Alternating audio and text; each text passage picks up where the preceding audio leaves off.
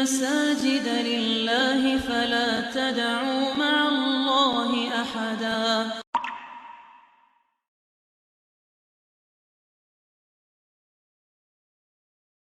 Ila yaumiddin amma ba'du. Hadratal muhtaramin, para alim ulama, para asatidah, tokoh dan pemuka masyarakat, wabil khusus segenap pengurus Masjid Al-Muhajirin. Malam ini alhamdulillah saya dapat hadir di Masjid Al-Muhajirin. Saya pikir ini sementara penutupan pengajian ya, menjelang Ramadan. Nanti kalau Ramadan ya kita bahas lagi lah ini siapa enggak waktunya. Karena kalau saya lihat setengah bulan lagi itu jadwal saya ke Lombok. Jadi saya malam ini walaupun sejak subuh saya sudah keluar dari Banten subuh ke Subang. Subang balik rapat konsinyering di Hotel Bidakara. Ya, saya datang ke sini dengan mata yang tinggal berapa watt. Ya, tadi malam dari Bogor juga, jadi lelah juga. Ya, kenapa saya harus datang? Karena setengah bulan lalu saya tak bisa hadir, maka saya ingin hadir malam ini. Ya, pertama penutupan kata orang, tawakufan.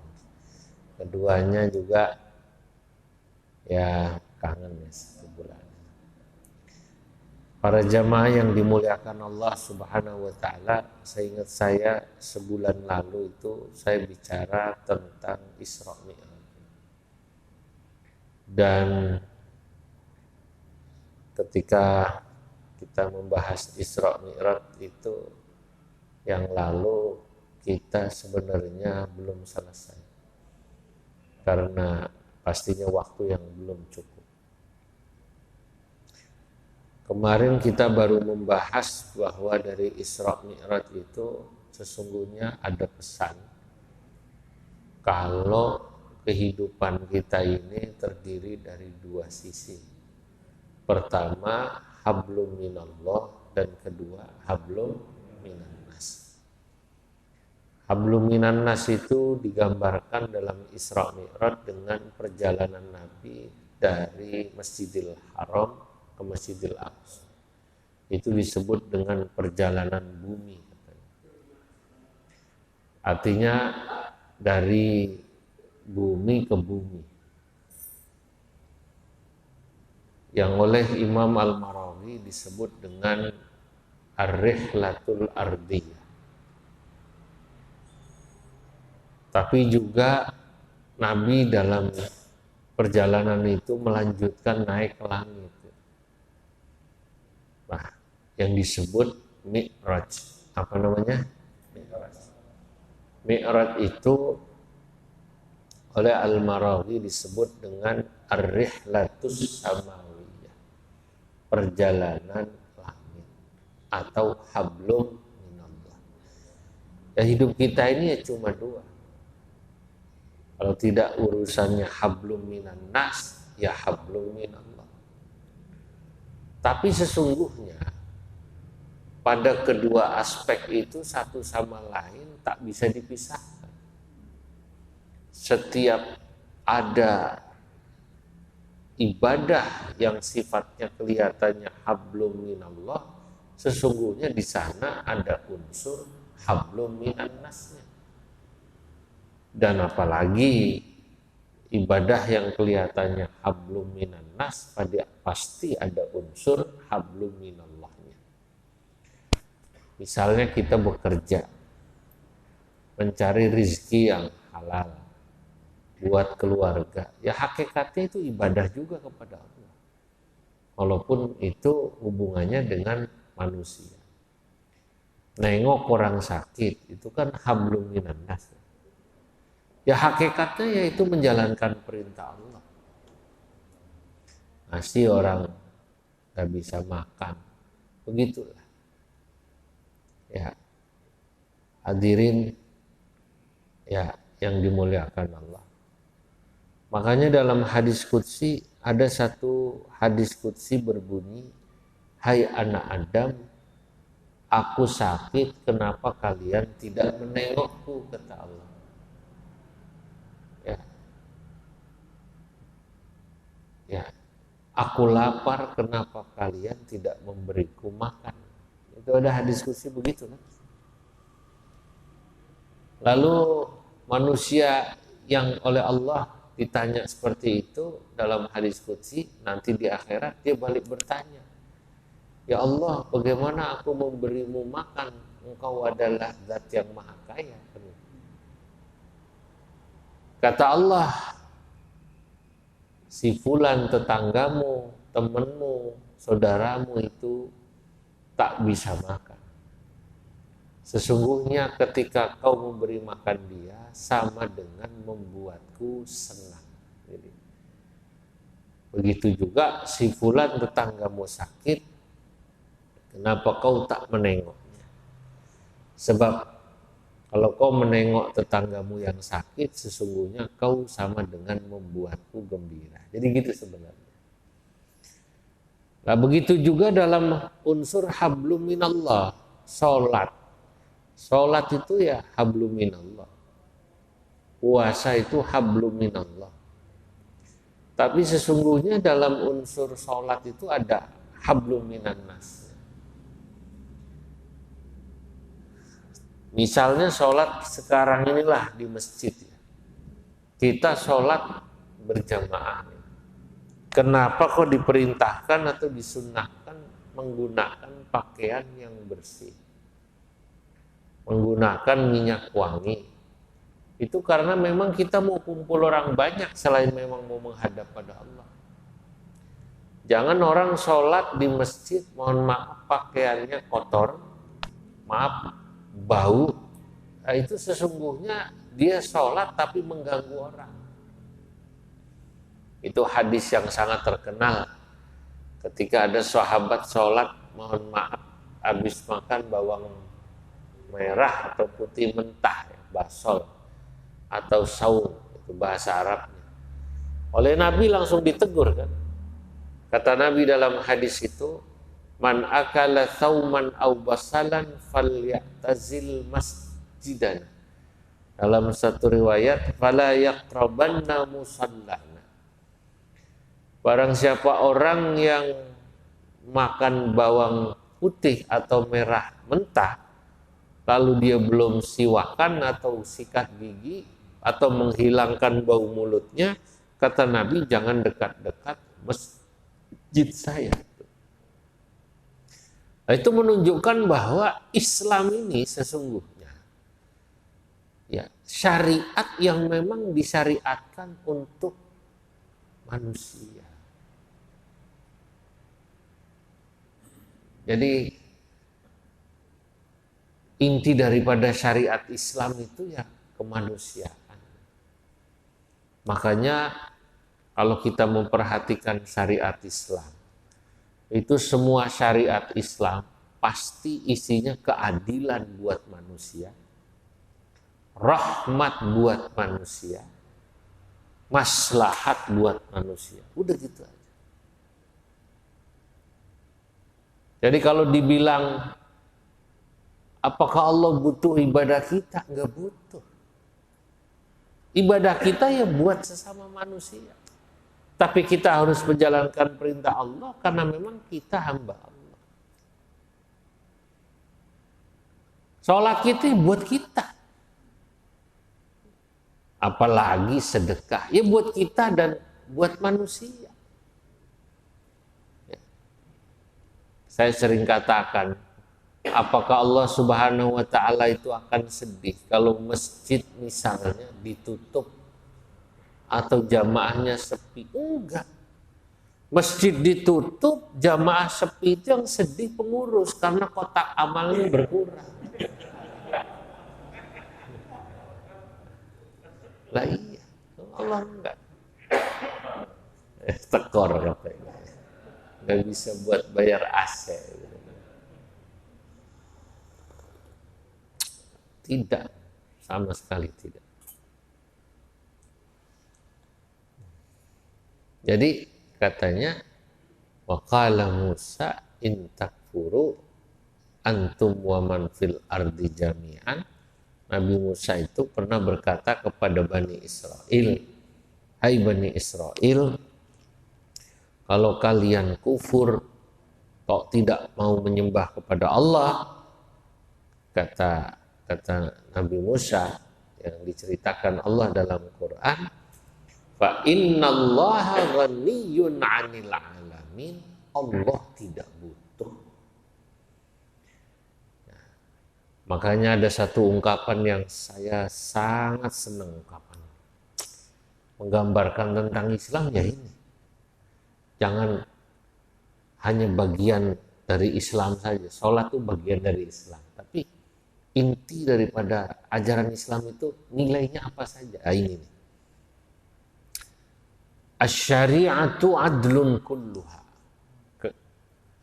Kata Imam Ibnul Qayyim Al-Jauziyah, syariat Islam itu adlun kulluha. Semuanya berisi keadilan. Semua syariat Islam yang kita tahu, baik itu yang sifatnya hablum minallah maupun yang hablum minan nas, aturan-aturan Allah yang perintah maupun larangan, pasti isinya keadilan buat manusia yang mendapatkan perintah itu maupun buat manusia lain. Sudah diukur, Pak. Karena Allah Subhanahu wa ta'ala tidak akan mendolimi hambanya. Karena kan adil itu kebalikannya apa namanya? Zalim. Kita ini diperintahkan puasa misalnya. Dari subuh sampai maghrib. Kalau orang yang tidak memahami, kayak orang di luar Islam, waktu saya ke Jepang, saya ngisi pengajian itu di beberapa tempat di komunitas muslim. Ada salah satunya saya lupa di prefektur apa. Prefektur itu provinsi kalau di Jepang. Anak-anak kita di sana kerjanya ya di pabrik-pabrik. Lumayan katanya. Kalau sekian tahun pulang punya tabungan. Saya tanya, bagaimana di sini kendala? Kalau sholat nggak begitu ada kendala. Kadang-kadang ada juga yang ada kendala, tapi lama-lama pimpinan tahu kalau jam sekian saya harus break sebentar, sholat diatur waktunya. Cuman yang mereka bingung itu waktu bulan Ramadan kita tuh dikasih makan, kita bilang saya nggak makan, puasa. Nanti saya makan jam sekian kalau matahari terbenam. Kata orang Jepang, waduh, agamamu nyusahin amat itu. Agamamu nyusah. Kamu bisa mati kalau nggak makan. Kata orang kita yang di sana, faktanya saya hidup atau mati. Saya mengerjakan ini dengan bahagia. Jadi kan masalah orang menganggap mungkin tidak adil atau ya semacam itu, menyusahkan, itu karena mereka belum tahu. Kalau mereka tahu ya tidak. Puasa itu enak. Buat yang melakukannya sehat. Bahkan yang tidak puasa pun, yang jualan orson itu senang. Jualan biskuit apa namanya? Senang. Ya. Kalau ada misalnya laki-laki warisannya 2 bagian, perempuan 1 bagian. Kalau orang yang belum tahu akan bilang katanya tidak adil. Kalau dia belum tahu. Tapi kalau dia memahami, adlun kulluha, ya adil ini semuanya, isinya keadilan. Allah Subhanahu wa ta'ala sudah mengukur. Dan begitu pula lah pada kewajiban yang lain, zakat. Mohon maaf Pak, itu dulu kadang petani suka protes, pedagang itu zakatnya 2,5%, ya kan? Saya petani udah capek. Zakatnya berapa? 5% kalau airnya tidak bayar, tidak pakai biaya. Nah sekarang air memang nggak pakai biaya, pupuknya mahal. Kan begitu kan? Mahalan pupuk sama air. Jangan pernah kemudian keluar sama kayak warisan tadi tuh. Laki-laki 2 bagian, perempuan berapa? 1. Sama kayak zakat ini. Kok zakat itu pengusaha cuma 2,5%, kami 5%, bahkan bisa 10%. Allah sudah mengukur. Ternyata yang banyak berkahnya itu petani. Yang banyak berkahnya apa namanya? Petani. Nah, karenanya hadirin yang dimuliakan Allah. Nah, mungkin dalam bahasa sederhana kita itu bisa sampaikan tentang syariat ini, perintah Allah ini kepada anak-anak kita. Kalau Allah sudah memerintahkan sesuatu, pasti sudah dihitung. Tidak pernah Allah berbuat zalim. Kedua, kalau Allah Subhanahu wa ta'ala memerintahkan atau melarang sesuatu, pasti ada kemaslahatannya. Pasti itu. Cuman apakah manusia bisa menemukan dan memahami kemaslahatan itu pada saat itu, atau kadang-kadang baru tahu belakangan. Katakanlah tidak merasakan dan tidak paham di dunia, insya Allah terpaham di akhirat. Insya Allah, pasti itu. Kenapa ini dilarang? Itu kan, udah kerjain aja, sami'na wa ata'na. Hadirin ma'asyiral muslimin, jamaah yang dimuliakan Allah. Nah, maka dulu ada cerita, Pak. Ada seorang raja, dia menanam di istananya, ini perumpamaan, bunga-bungaan dengan wangi-wangian agak tertentu. Dia pesan sama anaknya, keluarganya, pokoknya bunga dan wangi-wangian itu jangan kamu ganti dan dicabut. Nah, rupanya begitu bapaknya wafat ini, sang raja atau ya katakanlah petinggi itu, anaknya tuh berpikir loh, dulu sama bapak itu bunga-bunga di sekitar taman itu nggak boleh dicabut, mungkin karena indah. Saya menemukan bunga yang lebih indah, gitu. Bunga yang lebih wangi. Maka bunga yang tadi itu akhirnya diganti dengan bunga yang baru, dengan bunga-bunga yang baru. Mungkin warnanya lebih wangi, mungkin warnanya kok lebih wangi, warnanya lebih apa namanya, indah, baunya lebih wangi. Tapi apa yang terjadi? Ternyata Bapak Ibu yang terjadi, begitu diganti, istana itu yang semula tidak pernah dimasukin ular masuk. Barulah tahu, oh pantes dulu Bapak pernah pesen supaya kembangnya, bunganya jangan diganti. Ini cerita, ini sederhana. Ini menunjukkan bahwa sama dengan kita. Kalau Allah Subhanahu wa ta'ala memerintahkan yang tadi itulah, contoh-contoh itulah. Yang mana yang diwajibkan, mana yang diharamkan. Termasuk kenapa kok sholat subuh 2 rakaat. Kenapa maghrib 3. Mungkin gak nyampe bagi kita. Karena ini sifatnya dogma. Kan gitu kan. Gak bisa diketemukan di dalam akal kita. Akal kita bilang, kata yang sebagian, subuh enaknya 4. Saya bangun tidur lagi seger-segernya. Isya mah lagi udah capek begini, enaknya 2 ini. Udah kebanyakan 4. Kan gitu. Kata sebagian.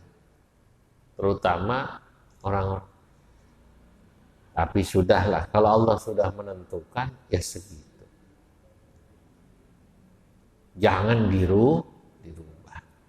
Termasuk tadi itu aturan, ya laki-laki boleh poligami, perempuan tidak boleh. Ya sudah dari sana. Bagian warisan dan lain-lain yang sangat banyak. Nanti kita akan tahu keadilan itu, hikmah itu, maslahat itu insya Allah belakangan. Hadirin ma'asyiral muslimin, jamaah yang dimuliakan Allah. Malam ini saya mohon maaf yang banyak sama pengurus ini. Mungkin setidaknya kemarin hampir 3 bulan ini ngajarnya agak sedikit terganggu ya. Karena mobilitas yang cukup padat ya. Tapi mungkin ke depan agak ini kan mau rakernas gitu ya. Kemarin pelantikan dan lain-lain. Nah, insya Allah ya ke depan kita bisa ngaji rutin. Saya itu kenikmatan saya yang paling nikmat ya saat ngaji begini, Pak. Sama saat nulis itu. Makanya PPKM, PSBB itu kadang-kadang ya kalau dilihat hikmahnya top. Saya punya banyak waktu di ruang baca saya dengan buku-buku. Kalau sudah baca itu bisa jam-jaman. Sekarang itu rasanya baca sebentar itu nikmat ya. Bisa nulis itu nikmat ya mungkin Allah Subhanahu wa taala ya, takdirkan sementara begini. Ya nikmatnya yang lain saya kesana kemari keliling. Ya, masing-masing semuanya ada hikmahnya. Doakan saya bisa tetap istiqomah. Amin ya. Dan saya juga doakan istiqomah semua pengurus, semua jamaah. Ya, moga-moga juga ya masjid kita yang di belakang cepat selesai. Ya, pembangunannya masih panjang kayaknya ya, masih panjang. Moga-moga di bulan Ramadan semua kita dikasih sehat, walafiat, dan kita bisa melaksanakan ibadah di bulan Ramadan. Ini saja yang saya sampaikan. Mohon maaf atas segala kekurangan. Mari sama-sama kita tutup dengan doa. Bismillahirrahmanirrahim. Allahumma salli wa sallim ala Sayyidina Muhammad fil awwalin wal akhirin. Wa barik wa radiyallahu baraka wa ta'ala bisadatina ashabi Rasulillah ajma'in. Allahumma anfa'na bima 'allamtana wa 'allimna ma yanfa'una wa zidna ilman wa yaqina. Rabbana ighfir lana wa liwalidina warhamhum kama rabbayana shaghira. Wa sallallahu ala sayyidina Muhammad wa ala alihi wa sahbihi wa sallam. Walhamdulillahi rabbil alamin. Assalamualaikum warahmatullahi wabarakatuh.